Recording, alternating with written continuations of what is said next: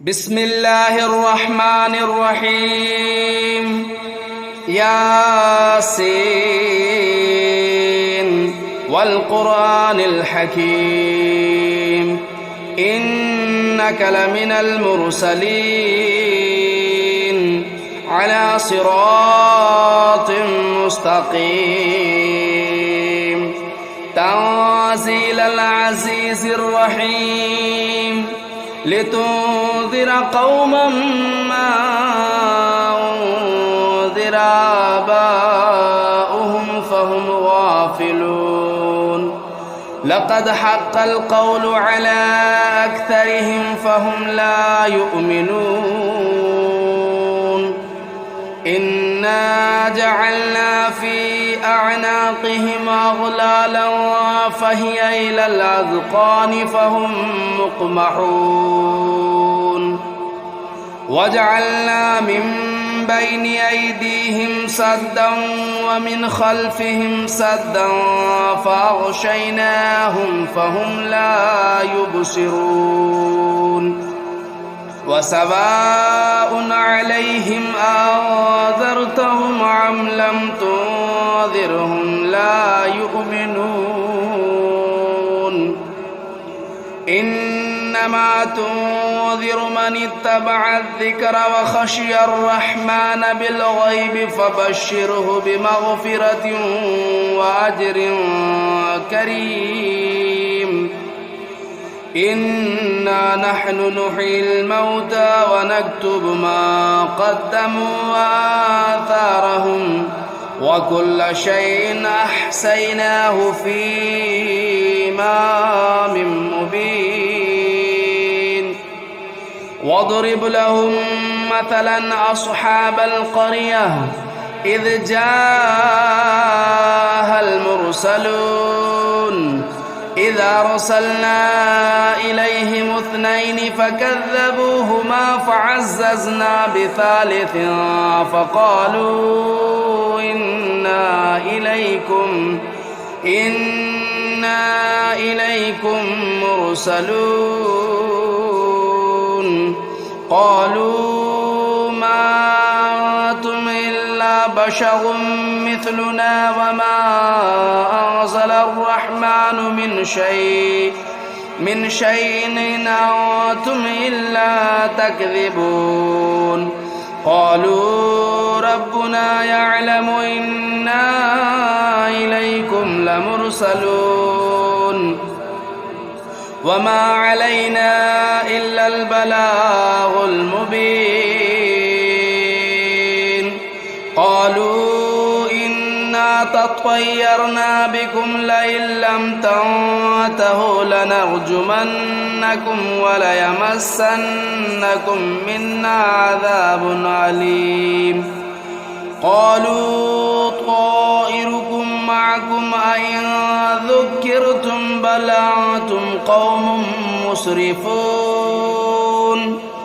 وجاء من أقصى المدينة رجل يسعى قال يا قوم اتبعوا المرسلين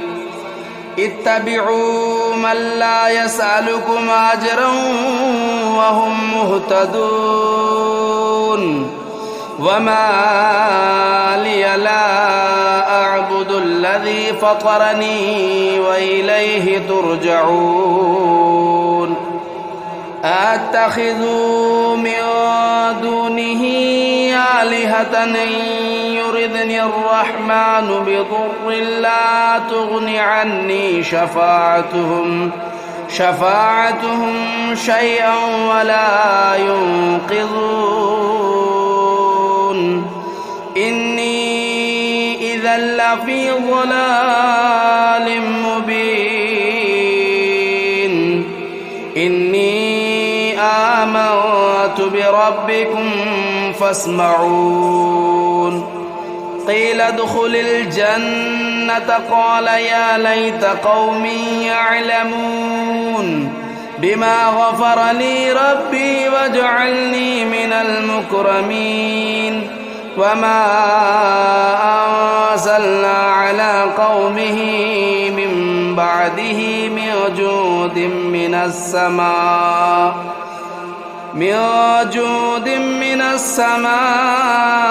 وما كنا منزلين إن كانت إلا صيحة واحدة فإذا هم خامدون يا حسرة على العباد ما يأتيهم من رسول إلا كانوا به يستهزئون ألم يروا كم أهلكنا قبلهم من القرون أنهم إليهم لا يرجعون وإن كل لما جميع لدينا محضرون وآية لهم الأرض الميتة أحييناها وأخرجنا منها حبا فمنه يأكلون وجعلنا فيها جنات من نخيل وأعناب وفجرنا فيها من العيون ليأكلوا من ثمره وما عملته أيديهم أفلا يشكرون سبحان الذي خلق الأزواج كلها مما تنبت الأرض ومن أنفسهم ومما لا يعلمون وآية لهم الليل نسلخ منه النهار فإذا هم مظلمون والشمس تجري لمستقر لها ذلك تقدير العزيز العليم والقمر قدرناه منازل حتى عاد كالعرجون القديم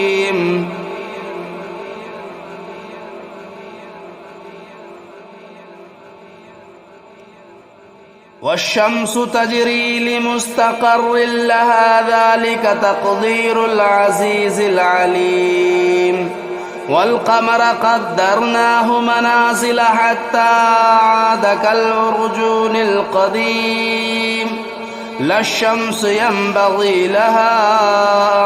أن تدرك القمر ولا الليل سابق النهار وكل في فلك يسبحون وآية لهم أنا حملنا ذريتهم في الفلك المشحون وخلقنا لهم من مثله ما يركبون وإن نشأ نغرقهم فلا صريخ لهم ولا هم ينقذون إلا رحمة منا ومتاعا إلى حين وإذا قيل لهم اتقوا ما بين أيديكم وما خلفكم لعلكم ترحمون وما تأتيهم من آية من آيات ربهم إلا كانوا عنها معرضين وإذا قيل لهم أنفقوا مما رزقكم الله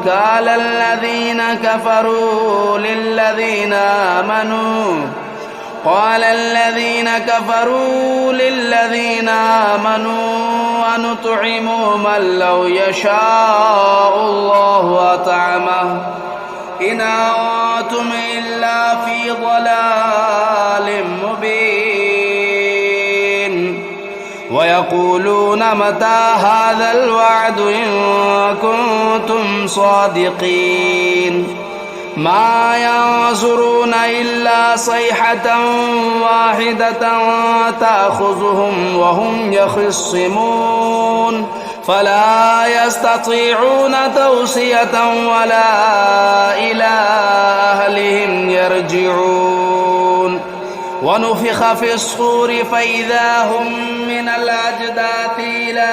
ربهم ينسلون قالوا يا ويلنا من بعثنا من مرقدنا هذا ما وعد الرحمن وصدق المرسلون إن كانت إلا صيحة واحدة فإذا هم جميع لدينا محضرون فاليوم لا تظلم نفس شيئا ولا تجزون إلا ما كنتم تعملون إن أصحاب الجنة اليوم في شغل فاكهون هم وأزواجهم في ظلال على الأرائك متكئون لهم فيها فاكهة ولهم ما يدعون سلام قولا من رب رحيم وامتازوا اليوم أيها المجرمون ألم أعهد إليكم يا بني آدم ألا تعبدوا الشيطان إنه لكم عدو مبين وأن اعبدوني هذا صراط مستقيم ولقد أضل منكم جبلا كثيرا أفلم تكونوا تعقلون هذه جهنم التي كنتم توعدون اصلوها اليوم بما كنتم تكفرون اليوم نختم على أفواههم وتكلمنا أيديهم وتشهد أرجلهم بما كانوا يكسبون ولو نشاء لطمسنا على أعينهم فاستبقوا الصراط فأنى يبصرون ولو نشاء لمسخناهم على مكانتهم فما استطاعوا مضيا ولا يرجعون ومن نعمره ننكسه في الخلق أفلا يعقلون وما علمناه الشعر وما ينبغي له إن هو إلا ذكر وقرآن مبين لينذر من كان حيا ويحق القول على الكافرين أولم يروا أنا خلقنا لهم مما عملت أيدينا أنعاما فهم لا مالكون وذللناها لهم فمنها ركوبهم ومنها يأكلون ولهم فيها منافع ومشارب أفلا يشكرون واتخذوا من دون الله آلهة لعلهم ينصرون لا يستطيعون نصرهم وهم لهم جند محضرون فلا يحزنك قولهم إنا نعلم ما يسرون وما يعلنون أولم ير الإنسان أنا خلقناه من نطفة فإذا هو خصيم مبين وضرب لنا مثلا ونسي خلقه قال من يحيي العظام وهي رميم قل يحييها الذي أنشأها أول مرة وهو بكل خلق عليم الذي جعل لكم من الشجر الأخضر نارا فإذا أنتم منه توقدون أوليس الذي خلق السماوات والأرض بقادر على أن يخلق مثلهم بلى وهو الخلاق العليم إنما أمره إذا أراد شيئا أن يقول له كن فيكون فسبحان الذي بيده ملكوت كل شيء وإليه ترجعون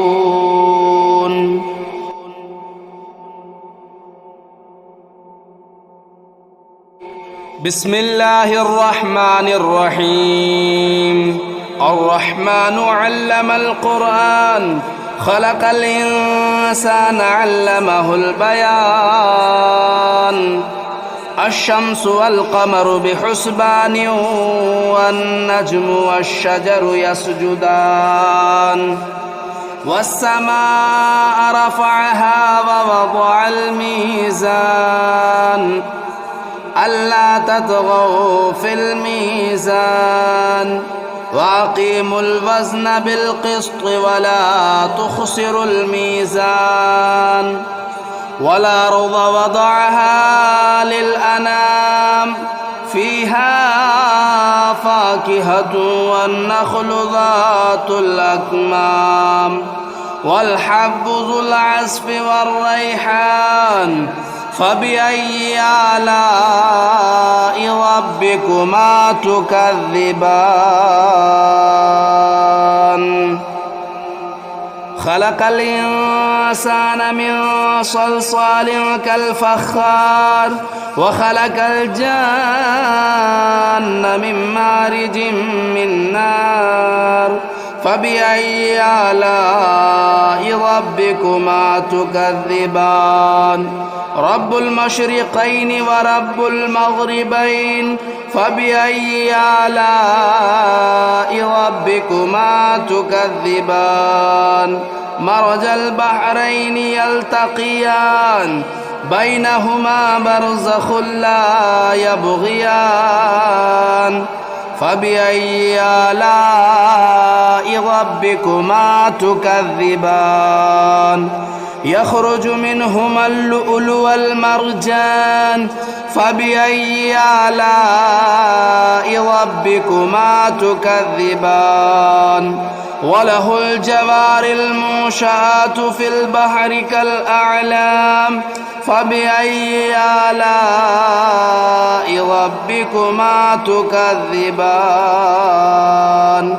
كل من عليها فان ويبقى وجه ربك ذو الجلال والإكرام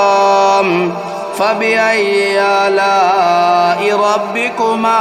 تكذبان يسأله من في السماوات والأرض كل يوم هو في شأن فبأي آلاء ربكما تكذبان سنفرغ لكم أيها الثقلان فبأي آلاء ربكما تكذبان يا معشر الجن والإنس إن استطعتم أن تنفذوا من أقطار السماوات والأرض فانفذوا لا تنفذون إلا بسلطان فبأي آلاء ربكما تكذبان يرسل عليكما شواظ من نار ونحاس فلا تنتصران فبأي آلاء ربكما تكذبان فإذا انشقت السماء فكانت وردة كالدهان فبأي آلاء ربكما تكذبان فيومئذ لا يسأل عن ذنبه إنس ولا جان فبأي آلاء ربكما تكذبان يعرف المجرمون بسيماهم فيؤخذوا بالنواصي والأقدام فبأي آلاء ربكما تكذبان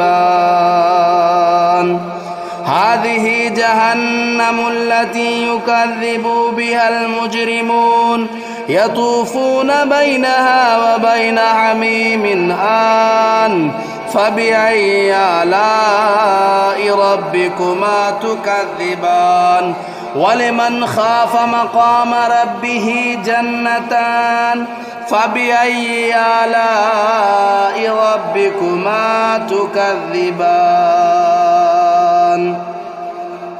ذواتا أفنان فبأي آلاء ربكما تكذبان فيهما عينان تجريان فبأي آلاء ربكما تكذبان فيهما من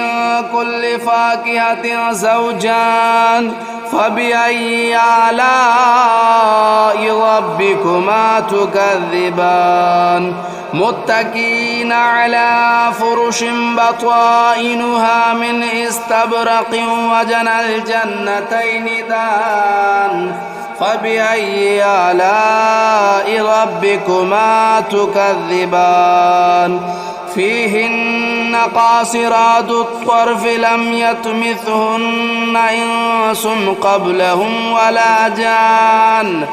فبأي آلاء ربكما تكذبان كأنهن الياقوت والمرجان فبأي آلاء ربكما تكذبان هل جزاء الإحسان إلا الإحسان فبأي آلاء ربكما تكذبان ومن دونهما جنتان فبأي آلاء ربكما تكذبان مدهامتان فبأي آلاء ربكما تكذبان فيهما عينان نداختان فبأي آلاء ربكما تكذبان فيهما فاكهة والنخل والرمان فبأي آلاء ربكما تكذبان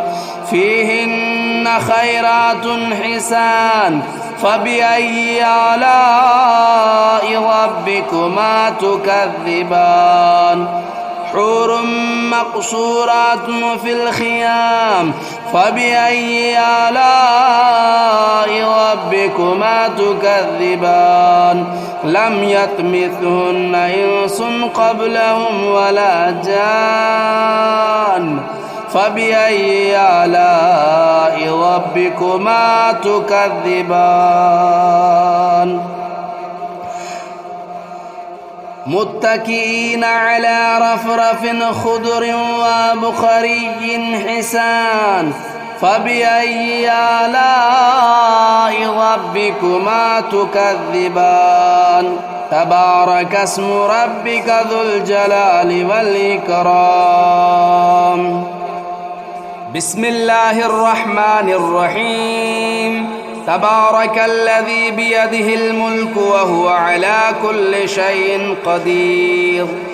الذي خلق الموت والحياة ليبلوكم أيكم أحسن عملا وهو العزيز الغفور الذي خلق 7 سماوات طباقا ما ترى في خلق الرحمن من تفاؤت فارجع البصر هل ترى من فتور ثم ارجع البصر كرتين ينقلب إليك البصر خاسئا وهو حسير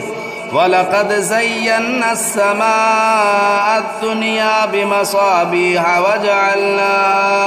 وجعلناها رجوما للشياطين وأعتدنا لهم عذاب السعير وللذين كفروا بربهم عذاب جهنم وبئس المصير إذا ألقوا فيها سمعوا لها شهيقا وهي تفور تكاد تميز من الغيظ كلما ألقي فيها فوج سألهم خزنتها ألم يأتكم نذير قالوا بلى قد جاءنا نذير فكذبنا وقلنا ما نزل الله من شيء إن أنتم إلا في ضلال كبير وقالوا لو كنا نسمع أو نعقل ما كنا في أصحاب السعير فاعترفوا بذنبهم فسحقا لأصحاب السعير إن الذين يخشون ربهم بالغيب لهم مغفرة وأجر كبير وأسروا قولكم أو اجهروا به إنه عليم بذات الصدور ألا يعلم من خلق وهو اللطيف الخبير هو الذي جعل لكم الأرض ذلولا فامشوا في مناكبها وكلوا من رزقه وإليه النشور أأمنتم من في السماء أن يخسف بكم الأرض فإذا هي تمور أم أمنتم من في السماء أن يرسل عليكم حاصبا فستعلمون كيف نذير ولقد كذب الذين من قبلهم فكيف كان نكير أولم يروا إلى الطير فوقهم صافات ويقبضن ما يمسكهن إلا الرحمن إنه بكل شيء بصير أمن هذا الذي هو جند لكم ينصركم من دون الرحمن إن الكافرون إلا في غرور أمن هذا الذي يرزقكم إن أمسك رزقه بل لجوا في عتو ونفور أفمن يمشي مكبا على وجهه أهدى أمن يمشي سويا على صراط مستقيم قل هو الذي أنشأكم وجعل لكم السمع والأبصار والأفئدة قليلا ما تشكرون قل هو الذي ذرأكم في الأرض وإليه تهشرون ويقولون متى هذا الوعد إن كنتم صادقين قل إنما العلم عند الله وإنما أنا نذير مبين فلما رأوه زلفة سيئت وجوه الذين كفروا وقيل هذا الذي كنتم به تدعون قل أرأيتم إن أهلكني الله ومن معي أو رحمنا فمن يجير الكافرين من عذاب أليم قل هو الرحمن آمنا به وعليه توكلنا فستعلمون من هو في ضلال مبين قل أرأيتم إن أصبح ماؤكم غورا فمن